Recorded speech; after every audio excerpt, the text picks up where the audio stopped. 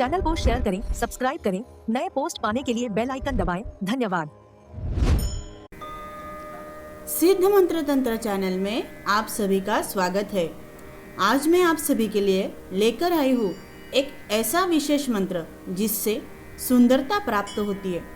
जब सृष्टि का पहला प्रकाश फूटा, जब ब्रह्मांड के अंधकार में पहली बार एक किरण जागी, तो उस किरण का नाम था सौंदर्य। सौंदर्य कोई सजावट नहीं है, सौंदर्य कोई लेप नहीं है। सौंदर्य वह दिव्य शक्ति है जो इस पूरी सृष्टि में व्याप्त है। फूल में है, नदी में है, चांद की चांदनी में है और उससे भी अधिक मनुष्य की आत्मा में है। बस उसे जगाना होता है, बस उसे बाहर लाना होता है। और यह काम करती है माँ त्रिपुरा सुंदरी, वह जो 16 कलाओं से परिपूर्ण है, वह जिनका स्वरूप इतना दिव्य है कि देवता भी उनके दर्शन के लिए तरसते हैं। वह जो स्वयं सौंदर्य की जननी है, जिनके एक स्मित से फूल खिलते हैं, जिनकी एक दृष्टि से जीवन में वसंत आता है। यह केवल मंत्र नहीं है, यह माँ के चरणों में एक प्रार्थना है। यह कहना है कि माँ, तुम्हारी जो अनंत सुंदरता इस ब्रह्मांड में बिखरी हुई है, उसकी एक बूंद मुझे दे दो। मेरी काया में वह तेज आए जो लोगों को ठहरा दे, मेरी आँखों में वह गहराई आए जो मन को छू जाए, मेरी वाणी में वह मिठास आए जो कानों में रस घोल दे, और मेरे भाव में वह पवित्रता आए जो सामने वाले के हृदय को स्पर्श कर जाए। क्योंकि सच्चा सौंदर्य वही से जन्म लेता है, भीतर से, आत्मा की गहराई से। जो व्यक्ति इस मंत्र को सच्ची श्रद्धा से जपता है, उसके चेहरे पर एक ऐसा तेज आता है जो किसी क्रीम से नहीं आता, किसी श्रृंगार से नहीं आता। वह तेज आता है माँ की कृपा से। वह निखर आता है उस दिव्य शक्ति के स्पर्श से जो भीतर से बाहर की ओर बहती है। त्वचा निखरती है, व्यक्तित्व में आकर्षण आता है। जिस कमरे में आप प्रवेश करते हैं, लोगों की निगाहें आपकी ओर मुड़ती है। जो एक बार आपसे मिलता है, आपको भूल नहीं पाता। यही है माँ षोडशी की सिद्धि, यही है इस मंत्र का चमत्कार। साधना सरल है। प्रातःकाल स्नान के पश्चात गुलाबी या श्वेत वस्त्र धारण करें। माँ त्रिपुरा सुंदरी के चित्र के सामने ताजे गुलाब या कमल के फूल अर्पित करें। घी का दीपक जलाए, इत्र या गुलाब जल छिड़के और आंखें बंद करके माँ के उस स्वर्णिम दीप्तिमान स्वरूप का ध्यान करें जो सूर्य से भी अधिक प्रकाशमान है। पूर्ण समर्पण के साथ इस मंत्र का 108 बार जप करें। यह क्रम यदि 41 दिन निरंतर की जाए तो जो परिवर्तन आप अपने भीतर और बाहर महसूस करेंगे वह अद्भुत होगा, वह अविश्वसनीय होगा। वह केवल माँ की कृपा से संभव है। माँ त्रिपुरा सुंदरी की दृष्टि आप पर सदा बनी रहे। आपका जीवन सौंदर्य, सौभाग्य और प्रेम से भरा रहे। वीडियो अच्छा लगा हो तो चैनल को सब्सक्राइब करें और बेल आइकॉन प्रेस कीजिए ताकि ऐसी और साधनाएं आप तक पहुंचती रहे। जय माँ त्रिपुरा सुंदरी। ओम सौंदर्ये सौंदर्य प्रदाय सिद्धिं देहि नमः। ओम सौंदर्ये सौंदर्य प्रदाय सिद्धिं देहि नमः। ओम सौंदर्ये सौंदर्य प्रदाय सिद्धिं देहि नमः। ओम सौंदर्ये सौंदर्य प्रदाय सिद्धिं देहि नमः। ओम सौंदर्ये सौंदर्य प्रदाय सिद्धिं देहि नमः। ओम सौंदर्ये सौंदर्य प्रदाय सिद्धिं देहि नमः। ओम सौंदर्ये सौंदर्य प्रदाय सिद्धिं देहि नमः। ओम सौंदर्ये सौंदर्य प्रदाय सिद्धिं देहि नमः। ओम सौंदर्ये सौंदर्य प्रदाय सिद्धिं देहि नमः। ॐ सौन्दर्ये सौन्दर्यप्रदाय सिद्धिं देहि नमः। ॐ सौन्दर्ये सौन्दर्यप्रदाय सिद्धिं देहि नमः। ॐ सौन्दर्ये सौन्दर्यप्रदाय सिद्धिं देहि नमः। ॐ सौन्दर्ये सौन्दर्यप्रदाय सिद्धिं देहि नमः। ॐ सौन्दर्ये सौन्दर्यप्रदाय सिद्धिं देहि नमः। ॐ सौन्दर्ये सौन्दर्यप्रदाय सिद्धिं देहि नमः। ॐ सौन्दर्ये सौन्दर्यप्रदाय सिद्धिं देहि नमः। ॐ सौन्दर्ये सौन्दर्यप्रदाय सिद्धिं देहि नमः। ॐ सौन्दर्ये सौन्दर्यप्रदाय सिद्धिं देहि नमः। ॐ सौन्दर्ये सौन्दर्यप्रदाय सिद्धिं देहि नमः। ॐ सौन्दर्ये सौन्दर्यप्रदाय सिद्धिं देहि नमः। ॐ सौन्दर्ये सौन्दर्यप्रदाय सिद्धिं देहि नमः। ॐ सौन्दर्ये सौन्दर्यप्रदाय सिद्धिं देहि नमः। ॐ सौन्दर्ये सौन्दर्यप्रदाय सिद्धिं देहि नमः। ॐ सौन्दर्ये सौन्दर्यप्रदाय सिद्धिं देहि नमः। ॐ सौन्दर्ये सौन्दर्यप्रदाय सिद्धिं देहि नमः। ॐ सौन्दर्ये सौन्दर्यप्रदाय सिद्धिं देहि नमः। ॐ सौन्दर्ये सौन्दर्यप्रदाय सिद्धिं देहि नमः।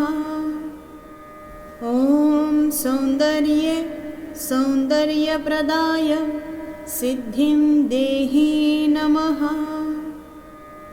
ॐ सौन्दर्ये सौन्दर्यप्रदाय सिद्धिं देहि नमः।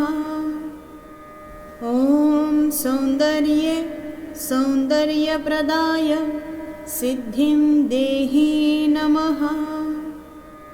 ॐ सौन्दर्ये सौन्दर्यप्रदाय सिद्धिं देहि नमः। ॐ सौन्दर्ये सौन्दर्यप्रदाय सिद्धिं देहि नमः। ॐ सौन्दर्ये सौन्दर्यप्रदाय सिद्धिं देहि नमः। ॐ सौन्दर्ये सौन्दर्यप्रदाय सिद्धिं देहि नमः। ॐ सौन्दर्ये सौन्दर्यप्रदाय सिद्धिं देहि नमः। ॐ सौन्दर्ये सौन्दर्यप्रदाय सिद्धिं देहि नमः। ॐ सौन्दर्ये सौन्दर्यप्रदाय सिद्धिं देहि नमः। ॐ सौन्दर्ये सौन्दर्यप्रदाय सिद्धिं देहि नमः। ॐ सौन्दर्ये सौन्दर्यप्रदाय सिद्धिं देहि नमः। ॐ सौन्दर्ये सौन्दर्यप्रदाय सिद्धिं देहि नमः। ॐ सौन्दर्ये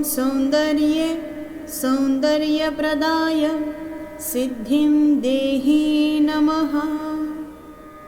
ॐ सौन्दर्ये सौन्दर्यप्रदाय सिद्धिं देहि नमः। ॐ सौन्दर्ये सौन्दर्यप्रदाय सिद्धिं देहि नमः। ॐ सौन्दर्ये सौन्दर्यप्रदाय सिद्धिं देहि नमः। ॐ सौन्दर्ये सौन्दर्यप्रदाय सिद्धिं देहि नमः। ॐ सौन्दर्ये सौन्दर्यप्रदाय सिद्धिं देहि नमः। ॐ सौन्दर्ये सौन्दर्यप्रदाय सिद्धिं देहि नमः। ॐ सौन्दर्ये सौन्दर्यप्रदाय सिद्धिं देहि नमः। ॐ सौन्दर्ये सौन्दर्यप्रदाय सिद्धिं देहि नमः। ॐ सौन्दर्ये सौन्दर्यप्रदाय सिद्धिं देहि नमः। ॐ सौन्दर्ये सौन्दर्यप्रदाय सिद्धिं देहि नमः। ॐ सौन्दर्ये सौन्दर्यप्रदाय सिद्धिं देहि नमः। ॐ सौन्दर्ये सौन्दर्यप्रदाय सिद्धिं देहि नमः। ॐ सौन्दर्ये सौन्दर्यप्रदाय सिद्धिं देहि नमः। ॐ सौन्दर्ये सौन्दर्यप्रदाय सिद्धिं देहि नमः। ॐ सौन्दर्ये सौन्दर्यप्रदाय सिद्धिं देहि नमः।